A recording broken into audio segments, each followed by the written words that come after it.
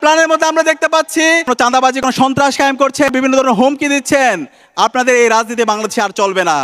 আমরা কিন্তু প্রজেক্টরের মাধ্যমে সব জাতিকে দেখাই দিব, কোনো ছাড় দেওয়া হবে না, সন্ত্রাসীদের কোনো ঠিকানা হবে না। তিনি বিভিন্ন ধরনের কার্ডের কথা বলছেন, আমরা এই ধরনের কার্ডের কথা শুনতে চাই না। আমরা ভিক্ষাবৃত্তি চাই না, আমরা চাই যুবকরা তারা তাদের দক্ষতার মাধ্যমে, তাদের কাজ, তাদের এমপ্লয়মেন্ট তৈরি করার মাধ্যমে যারা বাংলাদেশের আগামী দিনের যারা রাষ্ট্রনায়ক হবেন তারা তাদের অবস্থান পরিষ্কার করবেন। শাহজালাল বিজ্ঞান ও প্রযুক্তি বিশ্ববিদ্যালয়ের ছাত্র সংসদ নির্বাচনকে তিনি বন্ধ করে দিয়েছেন।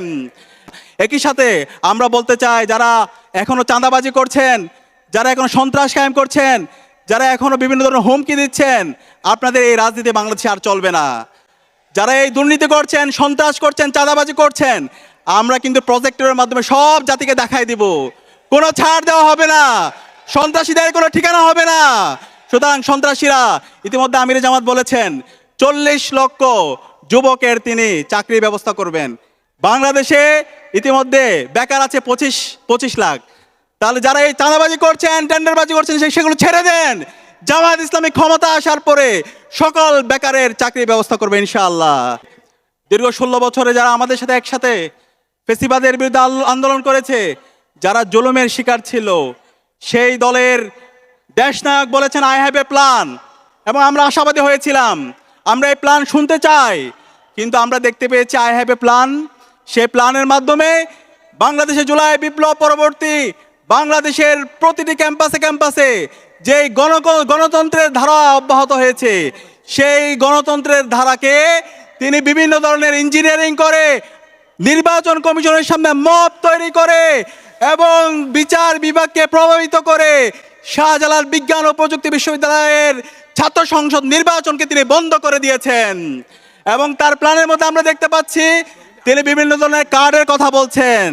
আমরা এই ধরনের কার্ডের কথা শুনতে চাই না, আমরা ভিক্ষাবৃত্তি চাই না, আমরা চাই যুবকরা তারা তাদের দক্ষতার মাধ্যমে, তাদের কাজ, তাদের এমপ্লয়মেন্ট তৈরি করার মাধ্যমে যারা বাংলাদেশের আগামী দিনের যারা রাষ্ট্রনায়ক হবেন তারা তাদের অবস্থান পরিষ্কার করবেন। তো আমরা আশা করব আগামীর বাংলাদেশে ইনসাফের যারা প্রতিনিধি আছে, সেই ইনসাফের প্রতিনিধিদেরকেই বাংলাদেশের মুক্তিকামী ছাত্র জনতা তাদের পক্ষে অবস্থান নেবেন ইনশাআল্লাহ। একই সাথে আমরা বলতে চাই, এই পুরান ঢাকায় আমরা দেখতে পেয়েছি পাথর দিয়ে এই অঞ্চলের মানুষদেরকে হত্যা আমরা দেখেছি। দীর্ঘদিন ধরে চাঁদাবাজি, সন্ত্রাস, টেন্ডারবাজির মাধ্যমে এখানকার মানুষের উপর নির্যাতন নিষ্পেষণ করতে দেখেছি। আমরা আশা রাখি ইনসাফের প্রতিনিধি দাঁড়িপাল্লার কাণ্ডারি আমাদের এইখানকার যিনি আমাদের প্রতিনিধি হাজী এনায়েতুল্লাহ ভাই নির্বাচিত হয়ে এসে এই অঞ্চলের মানুষের যে মুক্তি লড়াই, যে লড়াইয়ের জন্য তিনি দীর্ঘদিন ধরে সংগ্রাম করছেন, সেই লড়াই তিনি নেতৃত্ব দেবেন ইনশাআল্লাহ। আমরা আশা রাখছি আমাদের 11 দলীয় জোটের যে প্রার্থীরা আছে তারা তাদের কথা এবং কাজের মাধ্যমে জুলাই বিপ্লব পরবর্তী 1.5 বছর জুড়ে তারা দেখিয়েছেন কিভাবে মানুষের জন্য, মানুষের মুক্তির জন্য কাজ করতে হয়, কিভাবে ইনসাফ কায়েম করতে হয়, কিভাবে সমাজের জুলুমতন্ত্রকে ভেঙে দিতে হয়। ইতিমধ্যে আমরা দেখতে পেয়েছি তারুণ্যকে নিয়ে তাদের ভাবনা কি, রাষ্ট্র নিয়ে তাদের ভাবনা কি, সমাজের ইনসাফ কায়েম করার জন্য তাদের ভাবনা কি, সেটা তারা পরিষ্কার করেছেন।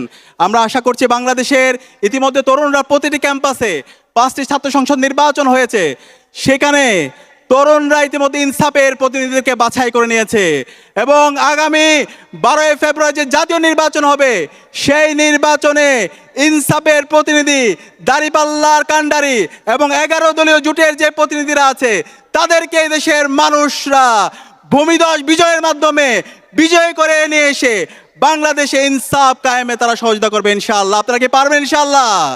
এবং ইতিমধ্যে তরুণরা সিদ্ধান্ত নিয়েছে তারুণ্যের প্রথম ভোট দাঁড়িপাল্লার পক্ষে হোক, তারুণ্যের প্রথম ভোট দাঁড়িপাল্লার পক্ষে হোক, তারুণ্যের প্রথম ভোট দাঁড়িপাল্লার পক্ষে হোক ইনশাআল্লাহ।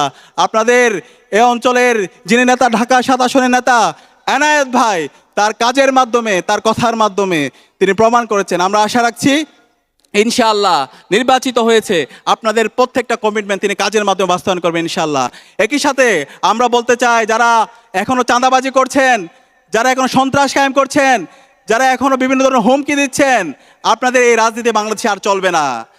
যারা এই দুর্নীতি করছেন, সন্ত্রাস করছেন, চাঁদাবাজি করছেন, আমরা কিন্তু প্রজেক্টরের মাধ্যমে সব জাতিকে দেখাই দিব, কোনো ছাড় দেওয়া হবে না, সন্ত্রাসীদের কোনো ঠিকানা হবে না।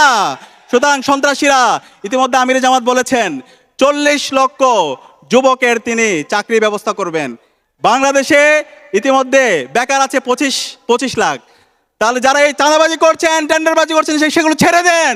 জামায়াত ইসলামী ক্ষমতা আসার পরে সকল বেকারের চাকরির ব্যবস্থা করবে ইনশাআল্লাহ। এই চাকরি, এই চাঁদাবাজি, টেন্ডারবাজি, এই জুলুম করে মানুষের থেকে বদুয়া নেবেন না। আসেন, এই জুলাই বিপ্লবের মাধ্যমে আমাদের যে সুযোগ এসেছে একটি ইনসাফ ভিত্তিক বাংলাদেশ বিনির্মাণ, সেই বাংলাদেশ বিনির্মাণে আমরা সবাই ঐক্যবদ্ধভাবে কাজ করি এবং সৎ, দক্ষ, আদর্শ দেশপ্রেমিক যে প্রার্থীরা আছে তাদেরকে আমরা বাছাই করার মাধ্যমে বাংলাদেশে ইনসাফ কায়েমে আমরা সহযোগিতা করি। সবাইকে অসংখ্য ধন্যবাদ। ইনকিলাব জিন্দাবাদ।